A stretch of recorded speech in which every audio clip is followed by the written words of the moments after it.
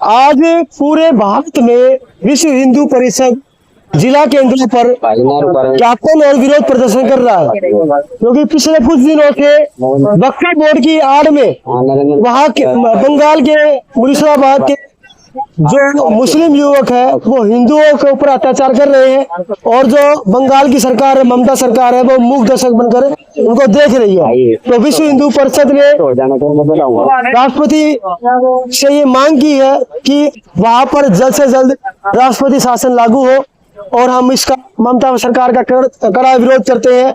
और ये एक मैसेज भी देना चाहते हैं कि हिंदू कमजोर नहीं है, अगर हिंदू ने वोट बदली तो नामो निशान मिट जाएगा। इसलिए हम सब जो उनका समर्थन उनसे ये प्रार्थना करते हैं कि इस मैटर को यही सॉल्व कर दे और जल्द से जल्द वहां पर राष्ट्रपति शासन लागू कर दे, अन्यथा उसका परिणाम बहुत घातक सिद्ध होगा। ये हिंदू करवट कब बदलेगा? काफी बार हो चुके हैं, काफी बार रही है।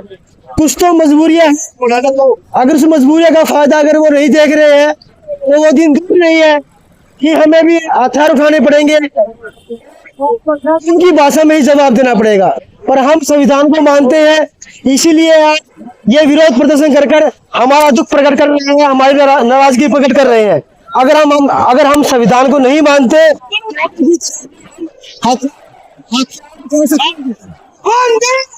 क्या कहेंगे? आज क्या कार्यक्रम तो क्या आप देख रहे होंगे कि जब से संसद ने वक्फ के खिलाफ तो नहीं कह सकते, सुधार के लिए जो कानून पास किया है, ममता बनर्जी की सरकार संविधान के खिलाफ कार्य कर रही है। उसने तुरंत अपना स्टेटमेंट दिया कि बंगाल के अंदर ये सुधार लागू नहीं होगा।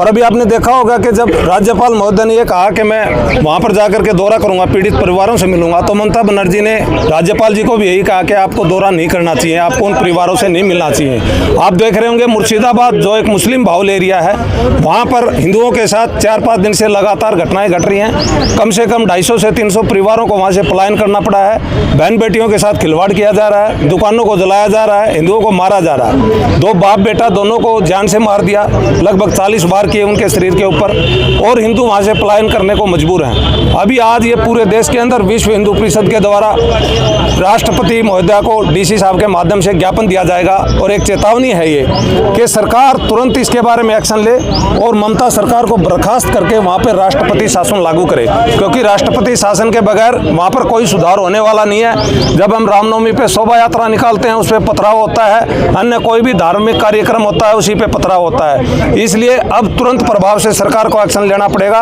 और ममता सरकार के खिलाफ कोई न कोई बड़ी कार्रवाई करनी पड़ेगी, क्योंकि जो सरकार जब संविधान को नहीं मान रही है तो वो कैसी लोगों की सुरक्षा करेगी, कैसी रक्षा करेगी। इसलिए आपके चैनल के माध्यम से भी हम सरकार को ये कहना चाहते हैं कि आज ये पूरे देश के अंदर जो प्रदर्शन है ये मुर्शिदाबाद की घटना के विरोध में है कि वहाँ पे हिंदुओं की जान माल की रक्षा की जाए और ममता सरकार को बर्खास्त करके राष्ट्रपति शासन लागू किया जाए। ऐसा संघ की ये भूमिका नहीं है। संघ का काम है हिंदुओं के बीच में जाकर के और परिवार का, समाज का काम करना।